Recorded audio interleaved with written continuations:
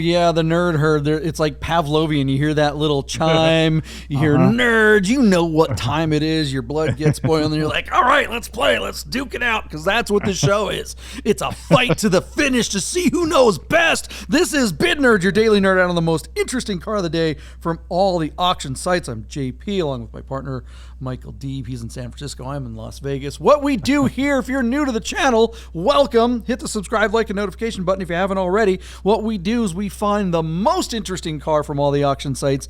We have a conversation about that car, all about the specifics, and then we predict what we think is going to happen with that car's auction.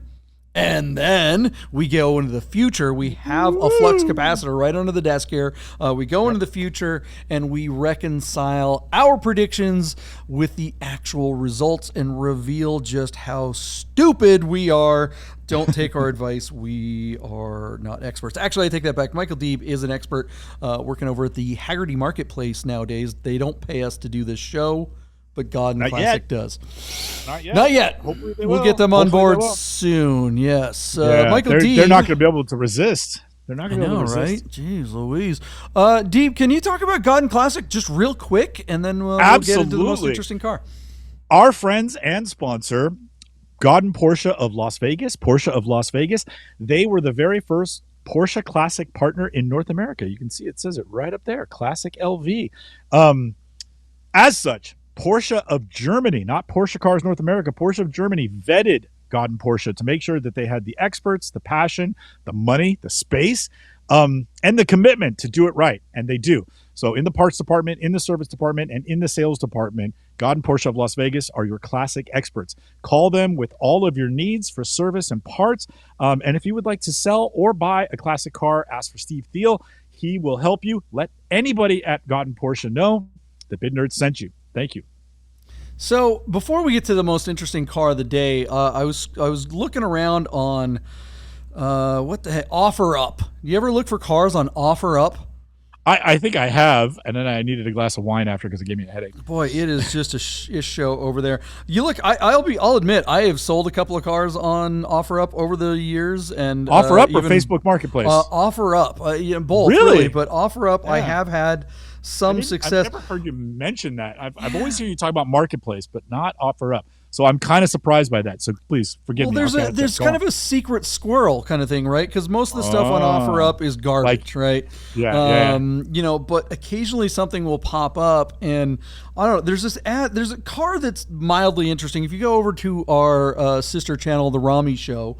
You know, The Rami Show on YouTube. Our partner, it's Rami, a real show. They have their own hats. It's a real show. Yeah, we got hats and everything. So do we. Now. But we have boxes. I wish I could show you. Can you guys see? Okay, wait, where is it? See this brown right there in the corner? See my finger up here, guys? Yeah. That is a stack of boxes full of Rami Show hats. We have like 1,000 Rami Show hats, so you're gonna have to buy one. Did Rami did he read the thing and say, "Oh, I could save 67 cents a hat if I buy 1,000 of them"? So he bought 1,000. No, dude, you know Rami better than that. There's Rami's purchasing has nothing to do with saving any money. He's drunk and it's 3 a.m. How we got hats, and now we have. You know, a forklift to move all these. You know, Rochelle is trying to sell a bunch of his Philip Klein shirts that he drunk bought in the middle of the night, like literally T-shirts that are like $3,000, and no one will even pay $100 on the internet for these stupid things. They're bedazzled shirts, and it's like, on a Saturday night, you got to open one of the boxes of the Rami hats and just open the box, tear the lips off of it, and just leave the box of hats outside the studio, and all the people that walk through the container park can help themselves take the hats. It's like trick or treating. So I've got 5 of them, and I think I've only worn one once on the show. You know, they're very high quality hats. They're actually terribly nice. They are, really, and they come with a condom. On OfferUp, there was a 2013. You can't really see this. 2013 Boxster S. I kind of like these cars. They're not worth a whole lot of money. No IMS bearing. That's a no good car, IMS. right? It's I mean, it's the new. It's the 9. What's the? It's not 987. It's the new generation. It's not the mid generation. So 2013. It's like the 718 basically, but whatever was before that. But you know, the last of the 6 cylinders. This is an S. Yeah. with 70,000 miles. All right, for 38 Perfect. grand with a stick, with a manual. Yeah. You never see sticks for sale in Las Vegas. So I'm like, okay. I mean, because like one thing, I've got a couple of air-cooled cars, and the AC, one of them has AC, and it kind of works when it gets hot, but the other one, no AC at all. And I kind of, want a modern Porsche. So I'm thinking I'll reach out to this guy. So I reach out to him, and I ask the basic questions, like, how long have you owned it? Has the clutch and the coil packs been replaced yet? How about the brakes? Thanks. Just like that kind of stuff to get a sense. Yeah. And his reply is, you, using a U, not Y-O, you need pre-approved before I can show car and test drive services done by dealer. Like, just no punctuation. No, I think what he's trying to say is you need to be pre-approved before I show the car and the service was done by the dealer. Yeah. But this guy, I don't know, JP, second they language. They need to vet you, JP. Yeah. You're not trustworthy as a buyer. Whatever needs done, I get all done. those tricks you do as a buyer. Just got it serviced in January. Porsche dealership does complete service. It takes 3 days to get car mid-engine. I know where the engine is, dude. It's like, okay. Thanks. Send the VIN to the service department at Godden and see if they actually worked on it, because I guarantee you they didn't. I guarantee right, you they didn't. right. I mean, there's it sucks no way this guy brought a 2013 Porsche to the dealer at $200 an hour. There's no way. Yeah, it's got California plates and stuff like that. It's obviously not. Yeah. This car hasn't seen a dealership since the warranty ran out. Yeah, I promise you. yeah, exactly. All the dealership did all the service. Yeah, it's got 72,000 miles, and the last time the service was done was when it had 20,000 miles by the first of 10 owners. Kind of bummed, because I was like, yeah, it's black on black S with a manual. I could get into that. Go get it. All right. Well, look, that car is not the car that we're talking about on the show today. Just wanted to bring that up. If you guys ever used OfferUp to buy or sell a car, let us know in the comments below. What is the most interesting car of the day on all of the auction sites, Michael Deeb? JP, one of the last great, like, almost supercar performance Ferraris that you can still sort of afford if $150,000 is in your budget is something like this 2001 Ferrari 360 Modena, which you can now find on Cars and Bids. I remember a day not that many months ago where you would never see a Ferrari on Cars and Bids. And here's a car I would really like to own, and it's on Doug DeMuro's site, which I still think you can buy cars here like for 2 or 3% cheaper than you can buy them everywhere else. So I thought we'd take a little deep dive into this 01 360 Modena, JP. The car is actually right up the road here for me in Chico, California. Shout out, used to be one of the best party schools in the nation. 29,000 miles, and JP, it's in Ferrari speak, this is pretty basic, bitch, or Ferrari used to call it resale red. It's Rosso Corsa with tan interior, which sounds a little snoozy, but it does have shields. It's a gated manual, which is the big story here. And I really like, in a subtle way, the challenge grille that's across the back of the car. When you get to a photo of the back of the car, JP, take a look. That instead of having a red aluminum body panel there, you've got this mesh grille. And if you actually drive your car, that thing makes a difference. In Vegas, JP, I would actually say something like that is absolutely necessary, because it'll extract all that engine heat and blow it out the back of the car when you're driving out to Overton at 160 miles an hour trying to keep up with Rami. Or JP if he's in a Cayenne with, what was that suspension system on there? PDDC, yeah, Porsche Dynamic Chassis Control. Word. So a lot to like here, JP. Ferrari did such a good job of sort of ironing out the timing belt dilemma when they got to this car that nobody, not Doug DeMuro, not Cars and Bids, not the seller, and none of the buyers or interested parties have even brought out the timing belts, because they're just not that expensive if they need to be done, because you can access them from inside the car. In other words, you don't have to drop the motor. So JP, here we have like no stories. This is not like, I can remember if you did see a Ferrari on Doug DeMuro's side, it was like blue or green or something. But here's a car that has broad appeal and comes in at a reasonably high. These cars have gone up in the last few years a lot. They've taken almost 100% leap in value, which is saying something. But here's a great gated manual that I always will say is like a 996 or a 997 standard GT3. That's what this car feels like. I have driven one of these with a manual, and they're fantastic. So I could not heap enough praise on these cars. This one looks like it's no stories, reasonably low miles. And here you go. Doug DeMuro's got it. I would be paying attention. If I was in the market for one of these, I'd watch this car closely because it might go for a song. I think Doug DeMuro does a better job than Bring a Trailer on governing his reserves. So, anyways, so if you're looking, I would pay close attention to this one. So, JP, I send it to you. You think Doug DeMuro can sell a red Ferrari? Yeah, I think you're right. We're seeing way more great cars on Cars and Bids ever since he got $37 million. He stepped up his game. Million. We got to get Frank Harrington over here one of these days from just another pointless podcast, because he's ready. He I'll now take care of works that. with these I'll guys, do that. right? He doesn't even work at Cars and Bids, so it'd be great to get some of his insight on what's going on over there. Love this car. It's a hard top. It's gated. It looks great.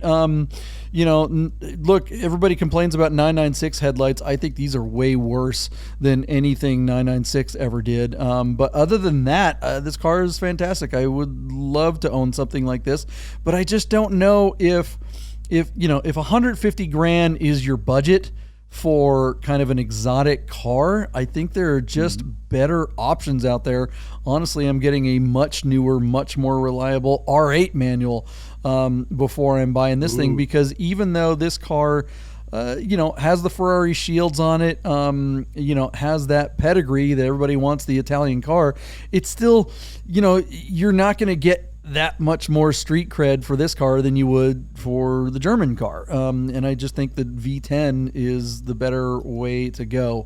Because this car, it's not going to give you any extra value on performance and cachet, but it's going to cost you more to keep on the road. So the V10 manual are actually bringing more money than these cars. So I think you have to pay a premium these days. They've gone through the roof, and Lamborghini made a few with the V10, and those cars are now bringing $300,000. I mean, it's absolutely insane on the market. No, the Lamborghini versions, which have brought the R8s up to like closer to 200. So if this car goes in that 140 ones, no way. Not for like not the first gen. 11, 12, 13, with a V10 and a manual is somewhere around 150 grand, give or take. Mostly under, actually well under 150. The V8s I think are going under, those are $90,000 to $120,000, but the 13 and 14 with the V10s I think are pushing 160, 170 grand. They've really gone up. I'll find one. We'll cover one the next time one comes up. They are, no matter what they go for, they are still pretty rare. I think this is an easier car to find than the R8 with a manual. That's a whole other conversation, I suppose. I brought it up. I don't think so. But and regardless, if there's a $10,000 or $20,000 delta either way, the maintenance on one maintenance procedure on this Modena will eat that up. Even though maintenance is much easier on one of these than it is in the earlier cars where you had to drop the engine, you're still dealing with Ferrari maintenance, and it's everything's made of gold in there. So I don't know. What do you think this car is going to go for? So here we go, JP. Our car is going to close in about 5 days from now, and it's sitting right now at $66,666 on 8 bids. JP, I think that this car will do well, but it does have almost 30,000 miles on it, and it's on Doug DeMuro's site. So instead of saying like between 140 and 150, I think it's going to be just under 140. So I will give you my bid of $139,000 and say, take that. I'm going to park it a little lower than that and say 130 because of the miles. I don't think the miles really are that high. I'd be comfortable buying this car. I think this is the sweet spot for a Ferrari. But yeah, I think Cars and Bids hurts it a little bit. I think it sells at that though. I think this car a year ago, when at the top of the market, may have done closer to 150. So yeah, I don't know. I think this is a great way to get into an F car. This is probably the safest car you could get into in Ferrari for under $50,000, $150,000. I agree. I agree. And it could bring more. They, like I said, these cars have really gone up recent. So, and this car is what everybody wants. It's red, tan, manual, grills, the whole thing. Capristo exhaust, I didn't mention, and a fancy carbon intake. It's a nice car. It's got all the goodies. It's how I'd want mine. You know what I mean? Pretty cool. For sure. I hate the beige steering wheel. I'd put a black steering wheel on it. That's it. Easy enough. What do you guys think? What will the results of this Ferrari be? Now is the time for you to put your bid in the comments below and see if you can outbid us. Who's going to get a Yahtzee? Who's going to get a free Bid Nerds hat? Lock it in now and put the timestamp next to it, and we are going to hop into the future. We're going to see what happens with this Ferrari right after this. Hey guys, I gotta tell you about our friends Godden Porsche of Las Vegas and Godden Classic. If you're looking for a new Porsche or a classic, you gotta call our friend Steve at Godden. Save yourself the hassle of screwing around with all the auctions like we always talk about, and just talk to Steve. He'll find you the classic Porsche you're looking for. Godden Porsche of Las Vegas.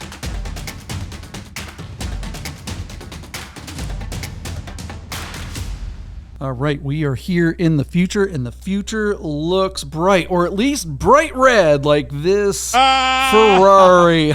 That was a terrible segue, and look at you. You were ready for it, Michael Deeb. How you doing over there? Are you ready for, now that we're here in the future, are you ready to talk about what happened with this Ferrari?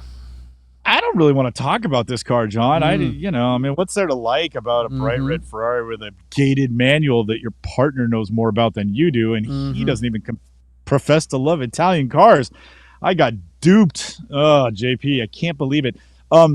Sometimes on Cars and Bids, there are some really good deals, and that is what I am going to stick with.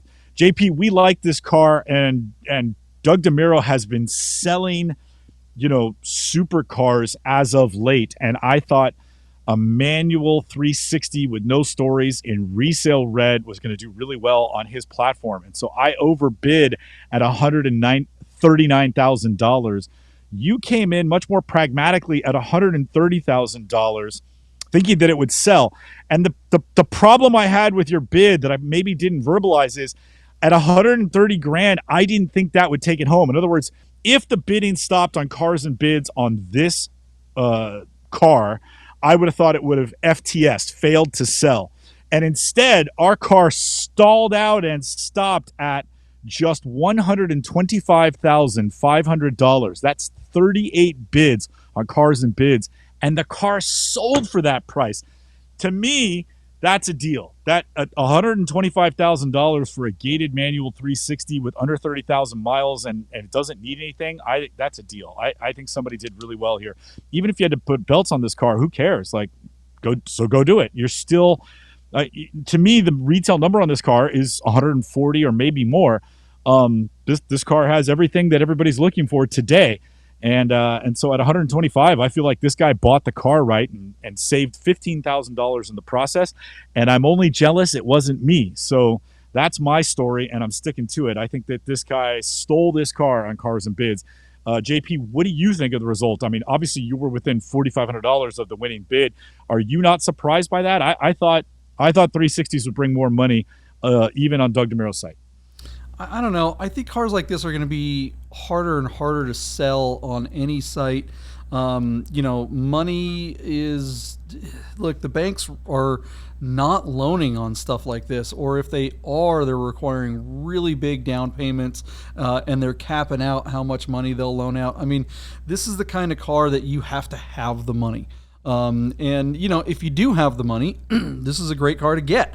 I think that number is, I do think that the car is well bought, but I don't think it's a steal. I think that's what these are worth, because you're seeing F1 transmission ones kind of drop back down, the frenzy's over, and the F1s are going for, they're back to 70 or 80,000 bucks or something like that. So the premium for the manual definitely makes sense. This is a way better car than the F1. I don't know. Yeah, it's just a beautiful car, but it's not as beautiful as like the 355. The 430 looks a lot better than this car.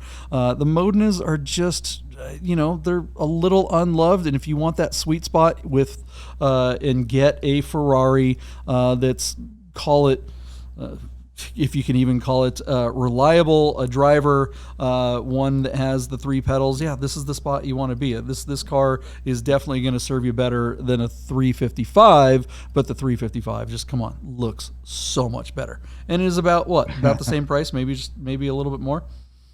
Yeah, I know that. So if this was a 355 with 29,000 miles and it didn't need a service, it's going to bring $50,000 more than this. I mean, it's $190,000 car. The 355 looks better because it's got the flying buttress rear. And this car really only has a little more power than that car. These cars handle a little bit better. I think they're a little easier to service, and they're a bit more modern. Easier to service. Let's be honest. So but that nose, Deeb, that nose, just like everybody complains about, 996 fried egg noses. This nose, that's tough, man. Those headlights are so terrible.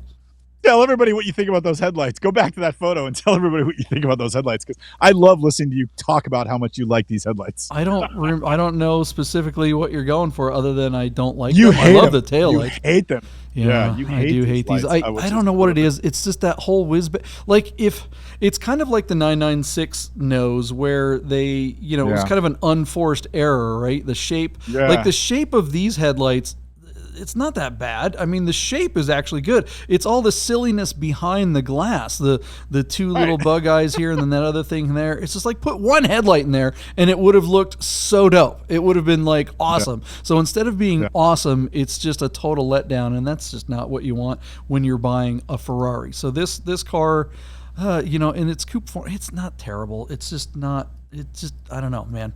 The 355 with the pop-ups, just has that 80s and 90s Radwood era thing, and this car just is such a relic of that, kind of early aughts sensibility in design. It's just, the lines are just a little weird here. These cars drive really well, though. I don't have a problem with this car. Like, to me, this car feels like a 997, basic GT3, like a 997.1 GT3, and this car feel really similar from a power delivery and just kind of a sense of occasion. Like, it's exciting, and you're like, wow, this car goes, and they stop and they handle, and they're good cars. So to me, if you're right, which I don't think you are, if you're right, and that's just the value of this car, I think that's the best deal for the money going, even if you can get past some of the less exciting features compared to its older brother and younger brother. I think this is the best bang for the buck in the gated manual range for Ferrari then. I mean, a 996 GT3 is worth about the same. So, like, we just saw one that went for a little bit more than this. Heck yeah, I mean, boy, that'd be a tough call, right? This or a 996 GT3. I think you got to go with the F car. You get the shields, you get that sense of occasion. Way more expensive maintenance costs, I guess. So if that's a big deal to you, which who isn't, I guess. But I mean, as much of a Porsche guy as I am, for $125,000, boy, there's a lot of Porsches out there that you can buy for $125,000 that aren't going to have anywhere near the performance of this little Modena.